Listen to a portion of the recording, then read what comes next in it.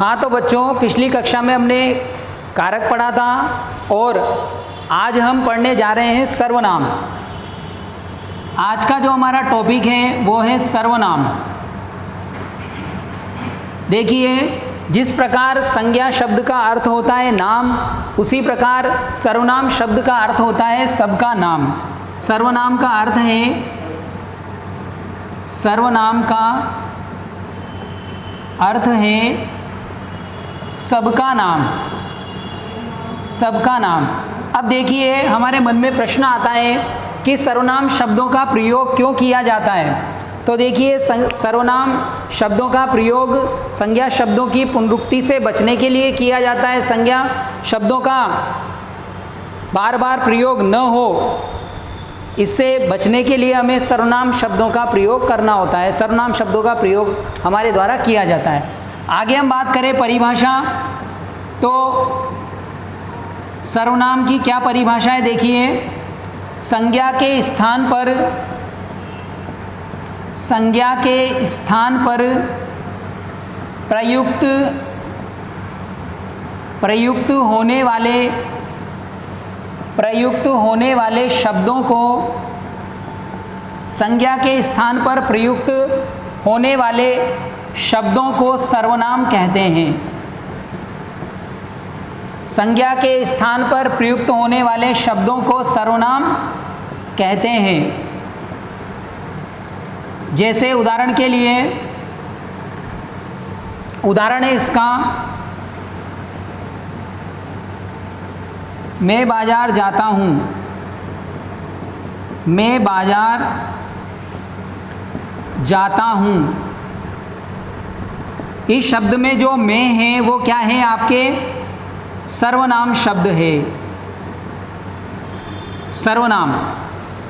तो मैं शब्द जो है वो क्या है, सर्वनाम है और कर्ता कारक भी है।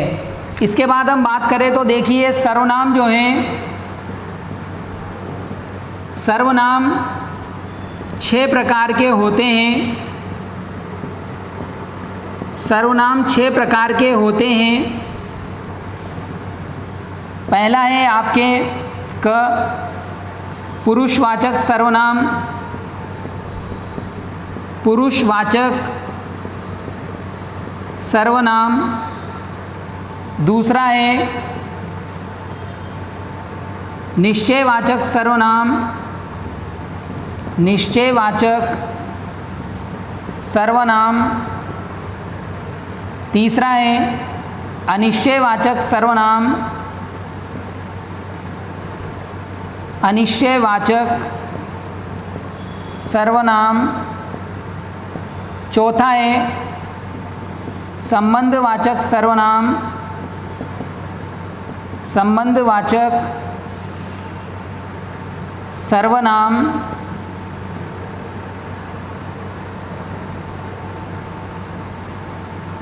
और पांचवा है प्रश्नवाचक सर्वनाम, प्रश्नवाचक सर्वनाम। और अंतिम में निजवाचक सर्वनाम,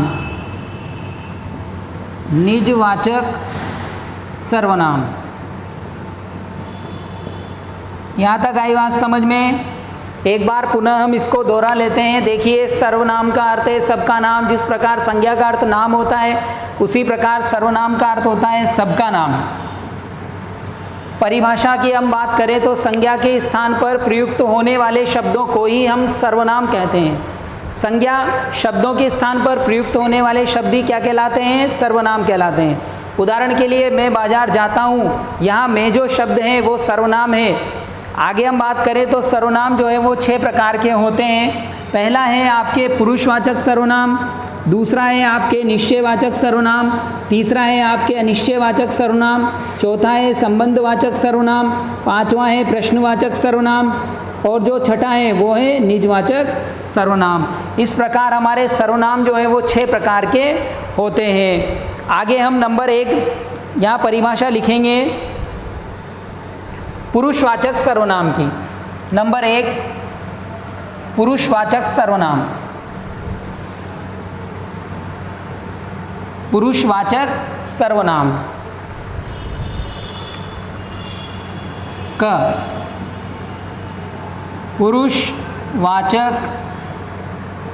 पुरुषवाचक सर्वनाम। तो देखिए पुरुषवाचक सर्वनाम की क्या परिभाषा है, तो इसमें लिखेंगे हम जो शब्द कहने वाले, सुनने वाले, जो शब्द कहने वाले, सुनने वाले, जो शब्द कहने वाले, सुनने वाले अथवा जिसके विषय में कुछ कहा जा रहा है, अथवा जिसके विषय में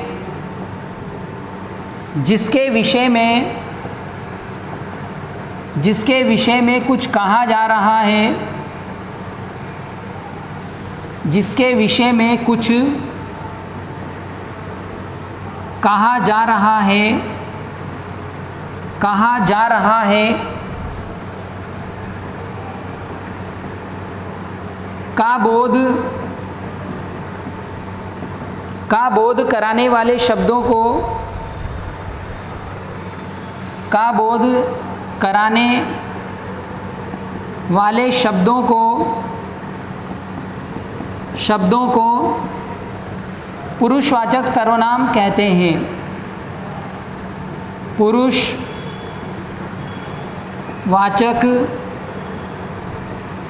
सर्वनाम कहते हैं। पुरुषवाचक सर्वनाम कहते हैं। देखिए पुरुषवाचक सर्वनाम जो है वो 3 प्रकार का होता है। पुरुषवाचक सर्वनाम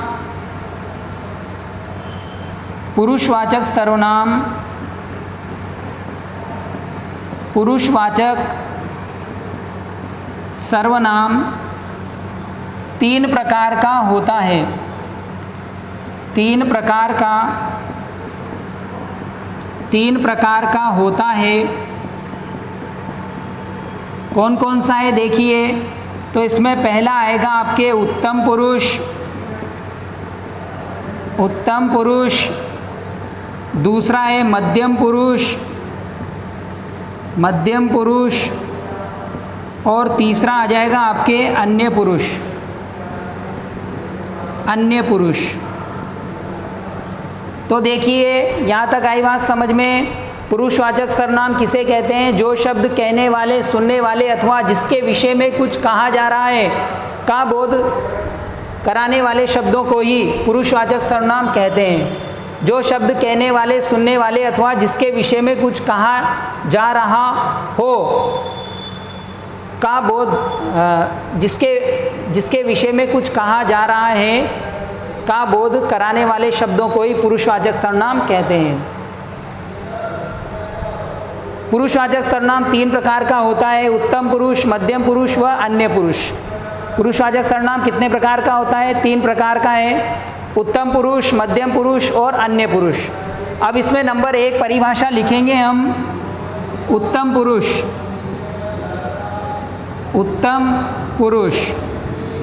तो देखिए उत्तम पुरुष किसे कहते हैं? उत्तम पुरुष की परिभाषा में आप लिखेंगे कि जिस सर्वनाम का प्रयोग कहने वाले के लिए होता है, जिस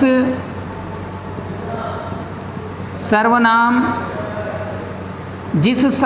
शब्द का प्रयोग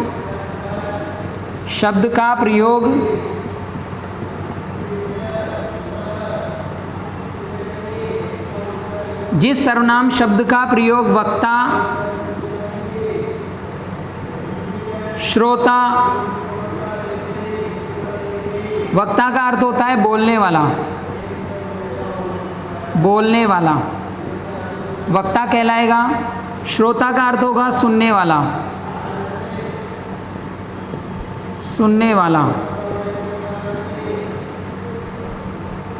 कोमा वक्ता, श्रोता, पाठक का अर्थ होता है पढ़ने वाला,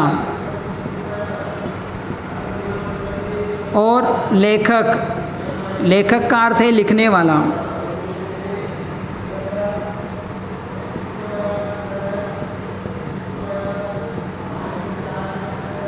तो देखिए, जिन सर्वनाम शब्दों का प्रयोग वक्ता, श्रोता, पाठक, लेखक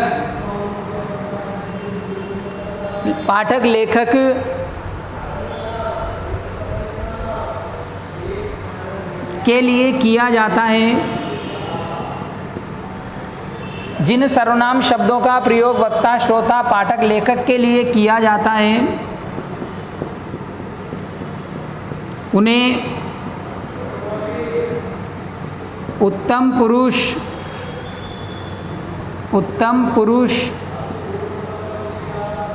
पुरुषवाचक सर्वनाम कहते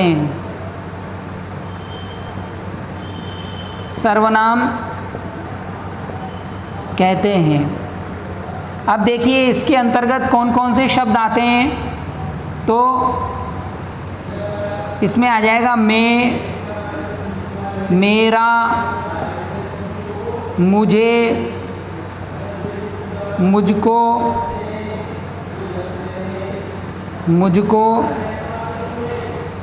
हम, हमारा,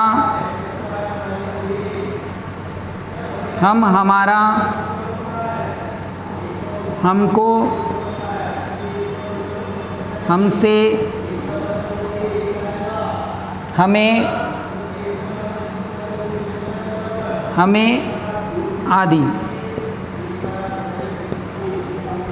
मैं, मेरा, मुझे, मुझको, हम, हमारा, हमको, हमसे आदि इसके अंतर्गत आते हैं।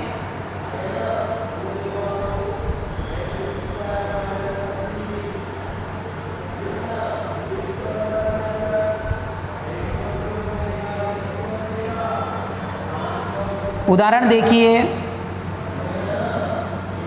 उदाहरण है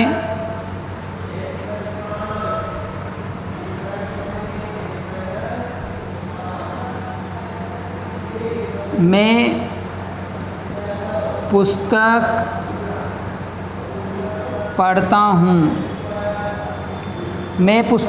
हूँ। मैं जो है वो उत्तम पुरुषवाचक सर्वनाम है, उत्तम पुरुष।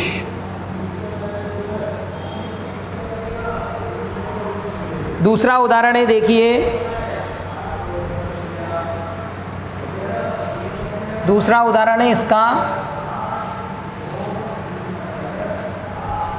उत्तम पुरुष का।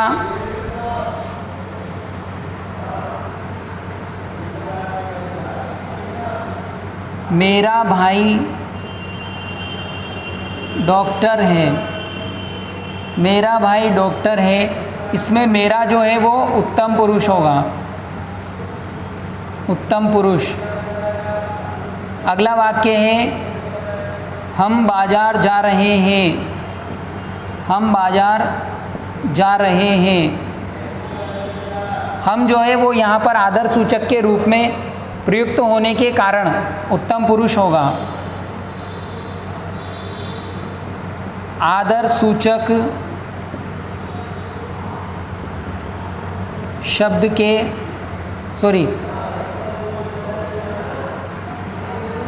आदर सूचक शब्द के रूप में कुछ लोग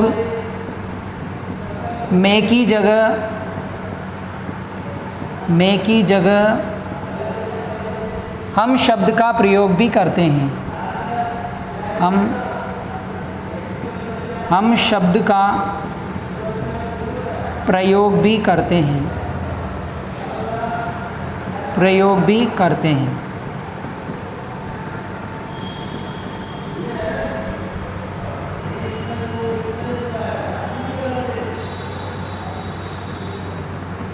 हम शब्द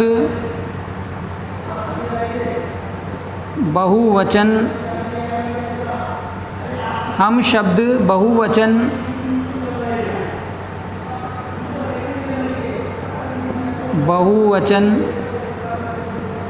के रूप में प्रयुक्त होता है।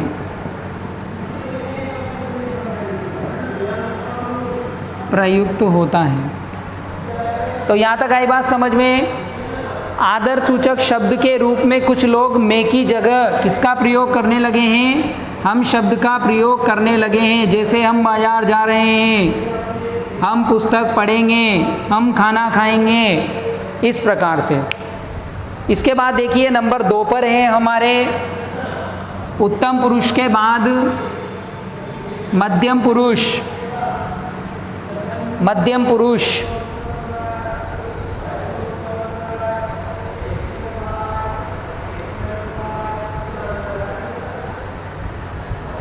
मध्यम पुरुष में लिखेंगे हम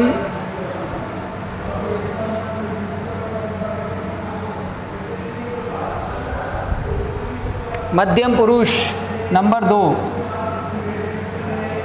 मध्यम पुरुष। मध्यम पुरुष में हम लिखेंगे, देखो, जिन सर्वनाम शब्दों का प्रयोग, जिन सर्वनाम शब्दों का प्रयोग,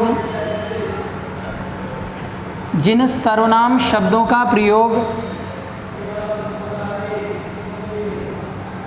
वक्ता,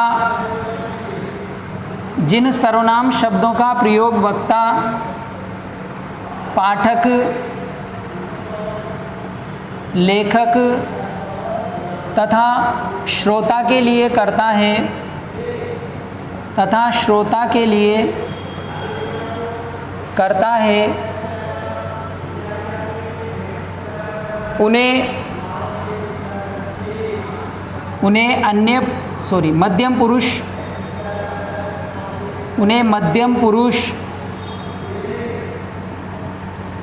सर्वनाम, मध्यम पुरुष वाचक सर्वनाम कहते हैं, सर्वनाम कहते हैं, मध्यम पुरुष वाचक सर्वनाम कहते हैं। देखिए इसमें कौन कौन से शब्द आते हैं, तू, तेरा, तुझे, तुझको, तुमसे, तुमसे, तुमको, तुमको, आप, आपका, आपसे, आपको आदि, आपको आदि। तो तू, तेरा, तुझे, तुझको, तुमसे, तुमको, आप, आपका, आपसे, आपको आदि, इन सभी शब्दों का प्रयोग मध्यम पुरुष के रूप में किया जाता है। उदाहरण के लिए देखिए, उदाहरण है इसका,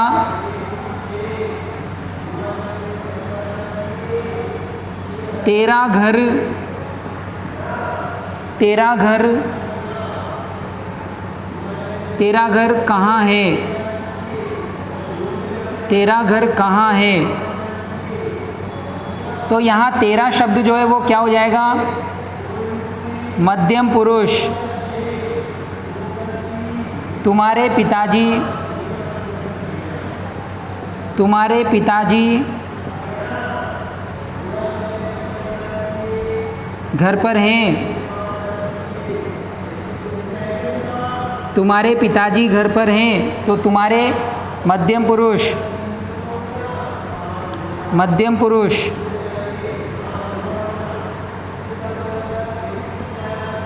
आपका क्या नाम है, आपका क्या नाम है। तो इसमें आपका जो है वो क्या हो जाएगा, मध्यम पुरुष। आपका यहाँ पर मध्यम पुरुष हो जाएगा। तो ये आपके मध्यम पुरुष हैं। इसके बाद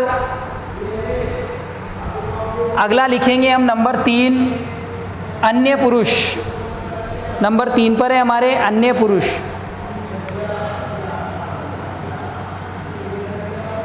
अन्य पुरुष, अन्य पुरुष सर्वनाम की परिभाषा हम लिखेंगे। देखिए अन्य पुरुष सर्वनाम किसे कहा जाता है। नंबर 3, नंबर 3 है अन्य पुरुष, जिन सर्वनाम शब्दों का प्रयोग, जिन सर्वनाम शब्दों का प्रयोग,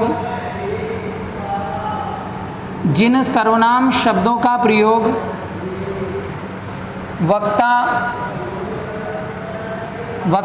पाठक, श्रोता एवं लेखक को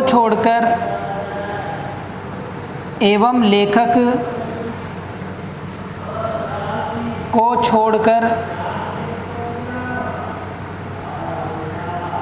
किसी अन्य के लिए,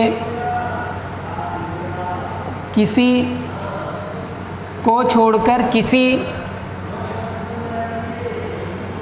अन्य के लिए करता है,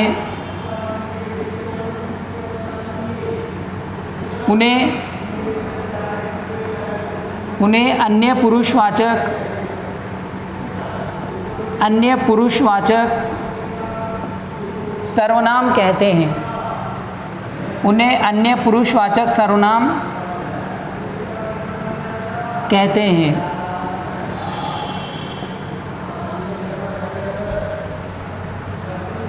इसमें देखिए कौन कौन से शब्द आते हैं। तो एक तो इसमें आ जाएंगे आपके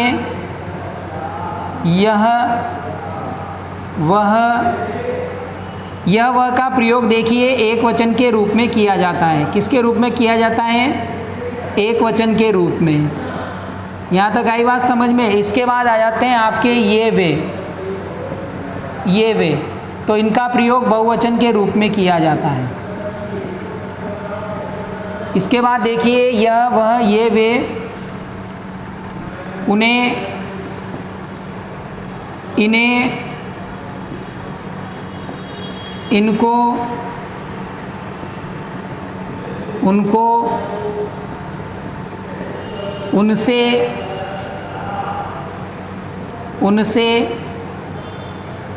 आदि।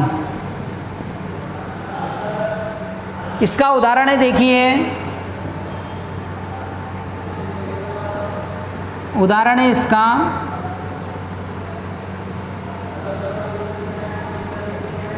उन्हें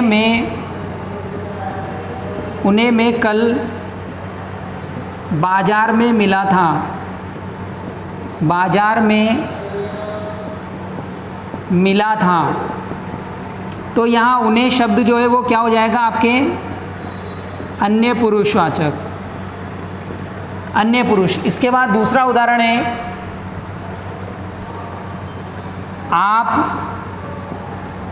आप उनको जानते हैं। आप उनको जानते हैं। उनको क्या हो जाएगा आपके? अन्य पुरुष, अन्य पुरुष हो जाएगा। एक और वाक्य देख लीजिए, इनको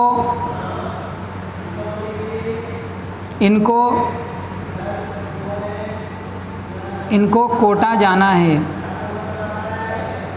इनको कोटा जाना है। इनको कोटा जाना है। इसमें इनको क्या है? अन्य पुरुषवाचक, अन्य पुरुषवाचक सर्वनाम। तो ये मैंने आपको 3 वाक्य बताए हैं यहाँ पर अन्य पुरुष के। तो आप ये हमारे पुरुषवाचक सर्वनाम जो शब्द हैं वो कंप्लीट हो चुके हैं। एक बार फिर इसकी परिभाषा हम पढ़ लेते हैं। तो देखिए, अन्य पुरुष किसे कहते हैं? जिन सर्वनाम शब्दों का प्रयोग वक्ता, पाठक, श्रोता एवं लेखक को छोड़कर अन्य के लिए करता है, उन्हें अन्य पुरुषवाचक सर्वनाम कहते हैं। जैसे यह वह ये वे, उन्हें, इन्हें, इनको, उनको, उनसे आदि। जैसे उदाहरण है, उन्हें मैं कल बाजार में मिला था, अन्य पुरुष। आप उनको जानते हैं, अन्य पुरुष। उनको कोटा जाना है, अन्य पुरुष। इसके बाद हम निश्चयवाचक सर्वनाम, अनिश्चयवाचक सर्वनाम, संबंधवाचक सर्वनाम, प्रश्नवाचक सर्वनाम और निजवाचक सर्वनाम जो हैं वो हमारी आगामी कक्षा में पढ़ेंगे। धन्यवाद।